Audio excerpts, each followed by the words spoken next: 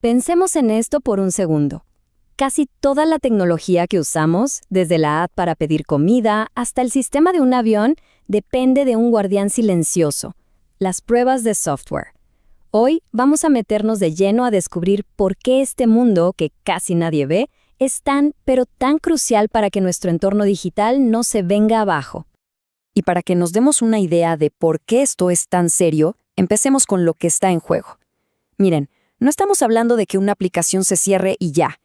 Una falla en un sistema crítico, pero de verdad crítico, puede tener consecuencias devastadoras en el mundo real. Hablamos de pérdidas millonarias, de la reputación de una empresa por los suelos, o peor aún, de poner vidas en riesgo. Hay una idea muy común de que hacer pruebas es como una cacería de errores o bugs, pero en realidad el objetivo es mucho más profundo, mucho más estratégico. Se trata de gestionar y, sobre todo, reducir el riesgo de que el software falle, justo cuando más lo necesitamos. Es una tarea de prevención. Ok, para entender cómo funcionan las pruebas, primero tenemos que entender cómo se rompe el software. Vamos a desglosar la anatomía de eso que todos conocemos como un bug. A ver, esto funciona como una especie de efecto dominó, ¿no? Todo comienza con un error, o sea, una simple equivocación humana de quien escribe el código. Ese error introduce un defecto, una imperfección, que se queda ahí, latente en el código. Y ese defecto, bajo ciertas condiciones específicas, puede provocar una falla, que es cuando vemos que el sistema no hace lo que se supone que debe hacer. Ahora, vamos con una distinción clave, porque encontrar un problema no es para nada lo mismo que arreglarlo. Aclaremos un poco la diferencia entre lo que es probar y lo que es depurar. Pensemos que las pruebas o el testing se enfocan en provocar y encontrar esas fallas. Es literalmente el acto de buscar problemas. La depuración o debugging, en cambio, ya es el trabajo del desarrollador: analizar por qué ocurrió esa falla, encontrar la raíz del problema y, claro, corregir el defecto en el código. Son dos caras de la misma moneda, sí, pero son roles muy distintos. Y ojo, que probar no es solo ejecutar el software y darle clic a todo. Existen las pruebas dinámicas. ¿Qué es justo eso cuando interactuamos con el programa en funcionamiento? Pero también están las pruebas estáticas, que son algo así como revisar los planos de un edificio antes de empezar a construir. Esto implica revisar los requisitos y el código fuente sin ejecutarlo, para encontrar defectos lo antes posible. Bueno, todo profesional en esta área se guía por una serie de principios que son fundamentales. Podríamos verlos como las reglas del juego que definen cómo se debe abordar la calidad del software. Vamos a verlas. Este es, miren, quizá el principio más importante de todos. Las pruebas nos pueden confirmar que existen defectos, pero nunca, jamás nos van a poder demostrar que un software está 100% libre de ellos. Lo que hacen es reducir la probabilidad de que queden problemas importantes sin descubrir. ¿Se imaginan intentar probar todas las combinaciones posibles en una simple página para iniciar sesión? Con todos los navegadores, dispositivos, contraseñas, sería infinito. Por eso, en lugar de intentar probarlo todo, que es imposible, los esfuerzos se tienen que centrar en las áreas de mayor riesgo. Esto es pura lógica económica y sentido común. Encontrar un problema en la etapa de diseño es como corregir algo en un plano. Es fácil y barato.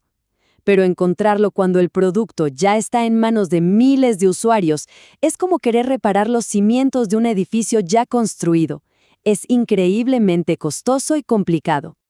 Algo súper interesante es que los defectos no se distribuyen de manera uniforme por todo el código. Tienden a agruparse, como un iceberg, donde la mayor parte está escondida bajo la superficie. Si se encuentra un defecto en una parte del sistema, es muy probable que haya más escondidos por ahí cerca.